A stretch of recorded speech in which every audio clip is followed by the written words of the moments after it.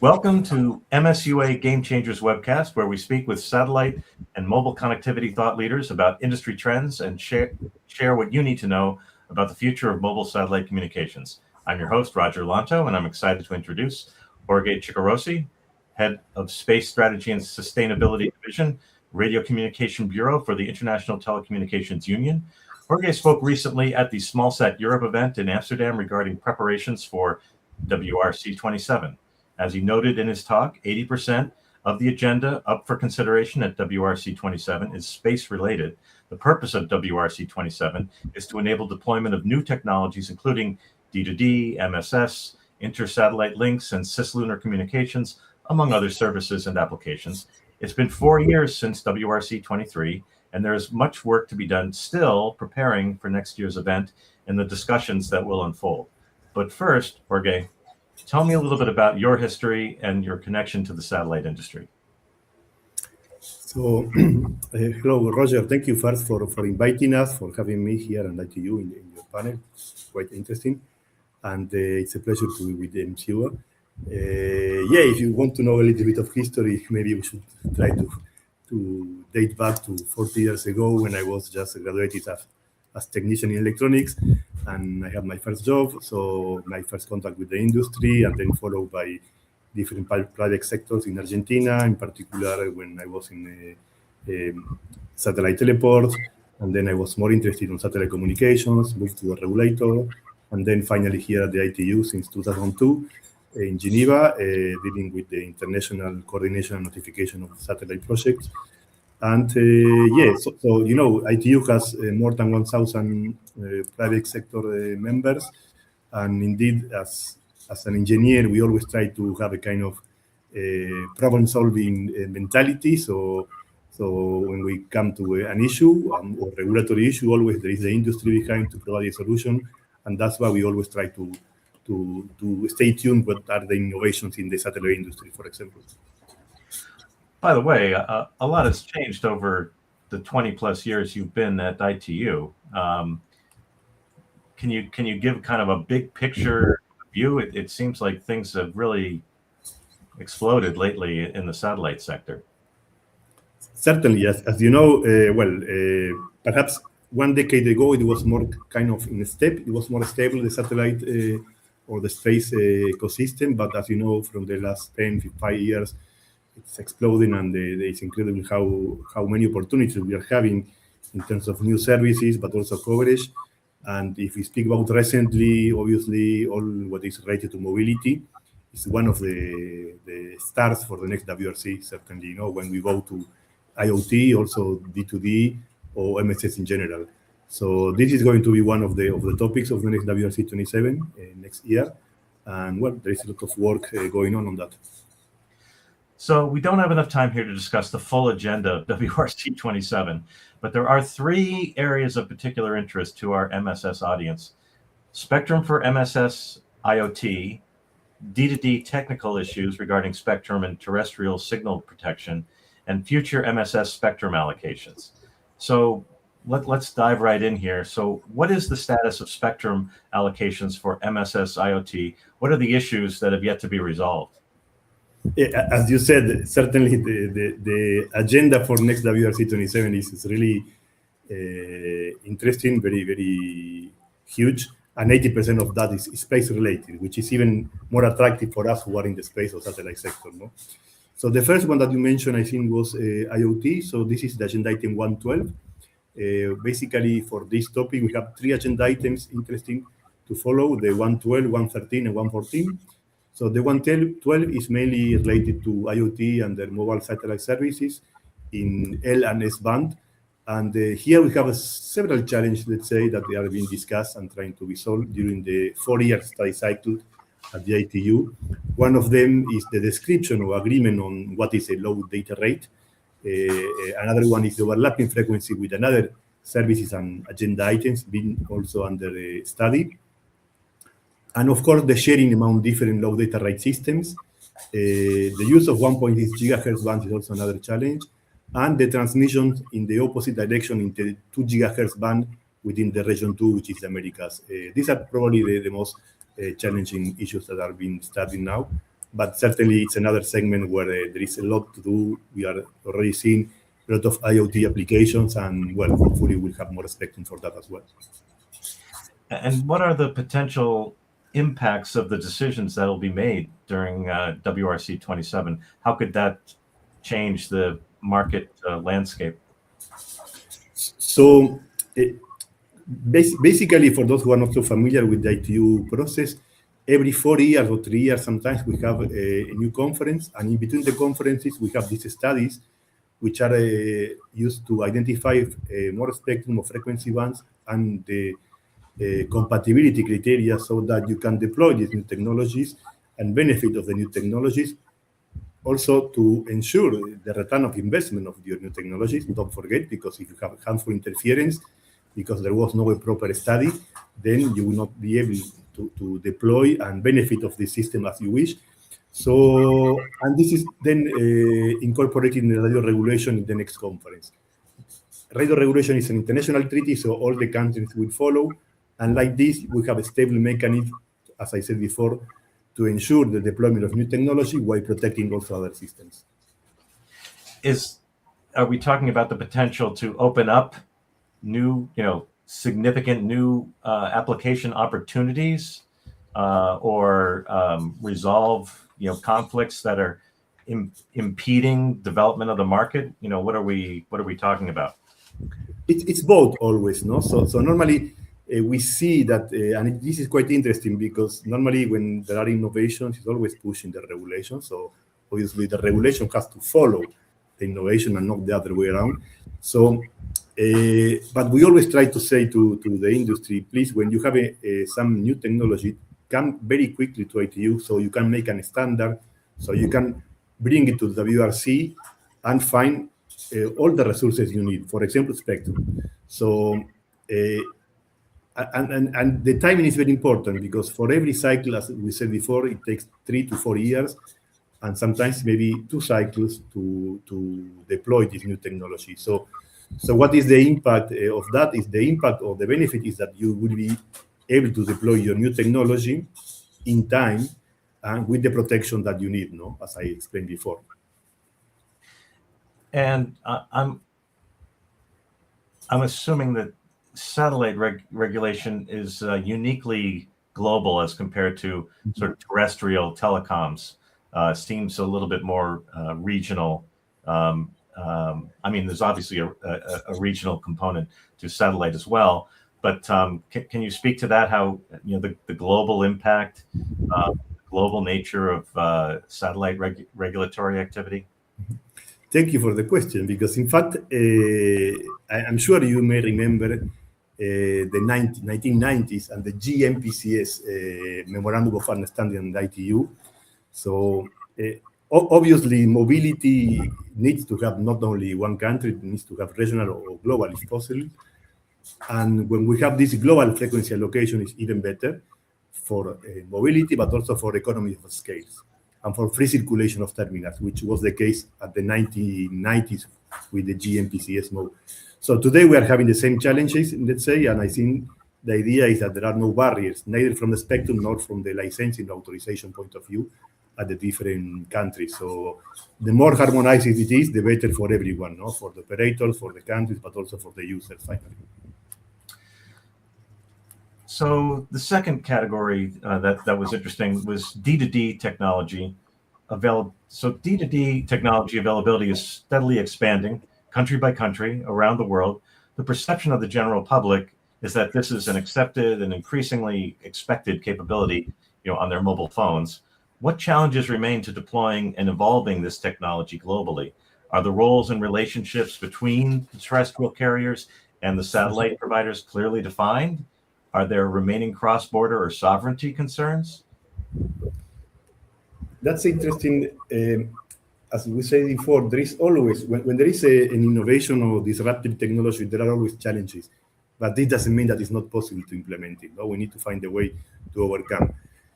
For two reasons, or at least the main one from our perspective, obviously, is to ensure that there is no interference, and therefore, as we said before, there is a protection, and you can achieve the performance and quality of service that you wish.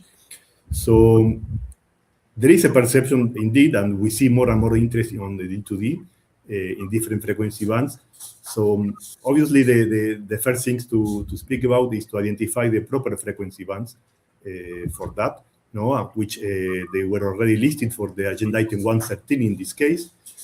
They start at 700 megahertz up to 2.7 gigahertz roughly. And the main challenges obviously are the coexistence between satellite and terrestrial networks, in particular in the cross-border coordination. So this is something which is being studied. As we said before, it's not that it's not possible, just trying to find the right criteria. Maybe there is not only one, we need to see depending on the region. There are places where it may be easier than others to deploy. So as we said before, it's important to identify the suitable frequency bands and criteria. And then there are other challenges, not only from the technical part, but maybe from the regulatory side in terms of responsibilities and roles for the different players. Before it was kind of easier. There was one operator, one country. Now we have a satellite, terrestrial operator mobile, and different administrations. So this is something probably which add a little bit of more condiment to this new scenario. But always we need to try to think about the benefits and how we can implement that, and adequate the regulation for that. By the way, this obviously WRC 27. This is not your first rodeo, as we say.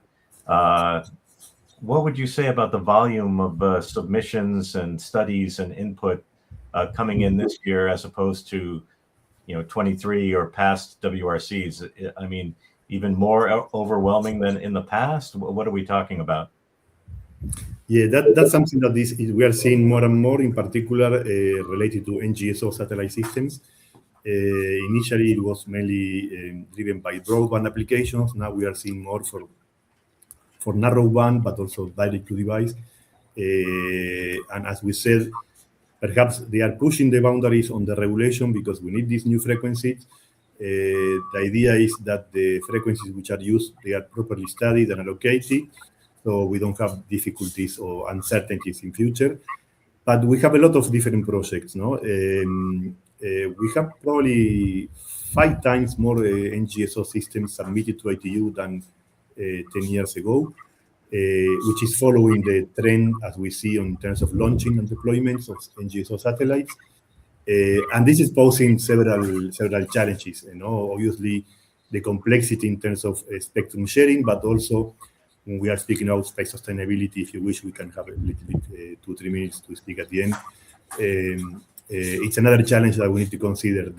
Regardless of the service, we are speaking about a small satellite for MSS or fixed satellite, broadband. All of them are sharing the same scenario, the same space, and we need to have some rules in a way to be able not to collide and to operate harmoniously, let's say. So this is the other second part of the challenge we are speaking today. So what is the prospect for, this is the third topic that's MSS focused for WRC 27. What is the prospect for future MSS spectrum allocations? What are the recommendations leading up to WRC 27? And what is the prospect or the opportunity for progress in this area? So a traditional MSS, let's say, if we want to call it like that, because D2D, we can say specific application under MSS. Traditional MSS is also another segment, growing segment. And so these new technologies can really help reaching out areas which are not properly covered by traditional terrestrial systems today. Now, we have seen this through already some decades. For different reasons. So the satellite component can really play a key role in reaching out these areas. And there is a lot of expectations on that and benefits waiting for that. So the recommendations, I would say, is the same than for other systems that we are also having under the WRC agenda, which are to continue the studies at the Working Party 4C and 5D at the ITU to agree on suitable frequency bands and protection criteria so that the next conference can really adopt these new frequencies, allocate the frequencies and conditions, incorporating the radio regulations, and like that, administrations and operators can use them in a harmonious manner to enable this deployment of new technologies. As we said before, the goal is to ensure the operation free or harmful interference, the return of your investment, and let's not forget about the long-term sustainability of the space activities as well. These are our recommendations. As we say, this is probably one of the stars, as we say, for the next conference, but it applies to all the agenda items. So a final question, Jorge. Since it is on the WRC agenda and increasingly becoming a hot topic in view of rapidly multiplying LEO constellations, what are some of the new recommendations for safe and efficient deorbit and or disposal strategies and methodologies for non-GSO space stations involved in radio communication services after the end of their life? Aren't current policies sufficient? What changes are being sought? Wow, that's also a very important question, very relevant today and for the years to come.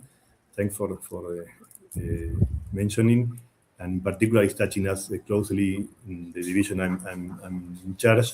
It's space sustainability, in particular from the spectrum perspective, but today we cannot really disassociate the component, the physical and the spectrum component. We know that all satellites have some TT&C or telecommand signals. They need to operate in a manner that they don't collide, they don't interfere each other. For the spectrum traffic management, for the space traffic management, there is a lot to do still, unfortunately. So at national level, there are countries which are having already some guidelines or even some rules. It's a little bit fragmented or diverse. Some other countries are more proactive. We have seen, and this was not planned at all, I think, this interview. Yesterday, there was a new decision from the FCC in the US about the rules for licensing of NGSO, which included some new requirements for satellite operators to exchange ephemeris data, which is something that nobody contests in the world in the sense of the need of exchanging data between operators, no? But at the international level, there is a lot more to do, in fact. We have the COPUS long-term sustainability guidelines already adopted some years ago, and they are implemented by a few, not many countries, but this is nothing binding today, no? So I would say today it's a bit difficult to agree at the world level for different reasons that we see on the news, but at least probably in short term, the solution would be that at national level, countries can do some enforcement based on these international guidelines. No, this would be the best way, let's say, for approaching this in my personal view. At the ITU, we were instructed by the past radio assembly under Resolution 74 to develop a handbook on the sustainable use of frequencies for space services, but also a possible recommendation or international standard on safe deorbiting. In addition to that, we have developed the ITU Space Sustainability Gateway, which we would like to invite everyone who is interested to visit, because it provides really a complete set of guidelines, policies from different countries. It's a really nice online space toolkit, and the idea is to disseminate this information to make it available for all the players, so also emerging powers can learn from the developed countries. And if we speak about spectrum, from the spectrum perspective in particular, which is our core mandate, perhaps the main recommendations are that the TTN signals, as we said before, must use frequencies allocated to space operation functions, no? Which should be duly coordinated and recorded in the ITU register. In addition, the satellite should have capabilities to disable transmission in case there are or they are performing maneuvers or deployments, or in case of harmful interference. And the third one, maybe, well, as we said before, quick access to data sharing and point of contacts from different operators is something important. And in that sense, at the ITU, we have developed an online system called Argus, which provides this information, not at real time, because our idea is for compliance, but it provides a directory of POC. So if there is a case of interference, which could be derived from any maneuver, they can quickly resolve. So we hope this could help in this process as well. Well, that sounds like an excellent resource, but I don't think you answered my question. I was asking about recommendations or reviewing or reconsidering current policies for deorbiting or disposal of satellites. Does the ITU have sort of a position on what the current regulations are globally and whether they're sufficient or what changes are needed?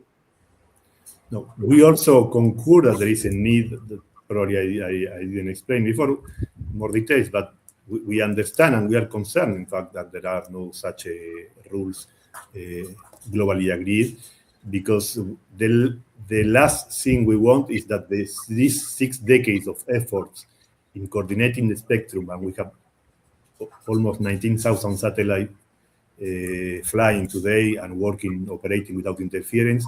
So the last thing we want is that this effort could vanish because of the lack of similar mechanisms in the space environment, in particular, as you said, because there is not proper guidelines on safe deorbiting or space traffic management.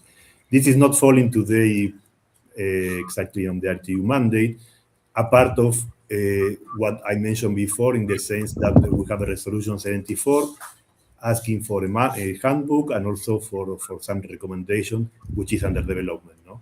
But in that scenario is that we came with this space sustainability gateway to provide information of guidelines which are already in different countries. So we can learn each other from that and hopefully speed up this process for those who are having the responsibility and the initiative also of arriving to an international agreed mechanism. No? So this is the way we are trying to contribute, disseminating this information, making it available, and facilitating the communication between the operators. So where can people find out more about WRC 27 and the ITU? Oh, this is always www.itu.int. And again, if they are interested, they will find a lot of information. It's another universe, but you can have a look to the ITU Space Sustainability Forum also. We host it every year, and also the ITU Space Sustainability Gateway, which is in the same website. And of course, well, we are always available in case there are questions from operators or administrations. Well, thank you, Jorge, for making the time today. And let me take out our audience here. I want to thank the Mobile Satellite Users Association for hosting these sessions. You can learn more about the MSUA at msua.org. You can learn how to get our weekly newsletter that gives you updates on everything that's happening in the industry and shares information about upcoming events. And you can also find out how to become a member. We look forward to seeing you next time on MSUA's Game Changer webcast. Jorge Ciccorossi, thank you very much. Well, thank you for this opportunity to share our contributions to the community. And of course, we welcome any member or new member if they wish to join ITU and from the satellite industry users. Thank you so much.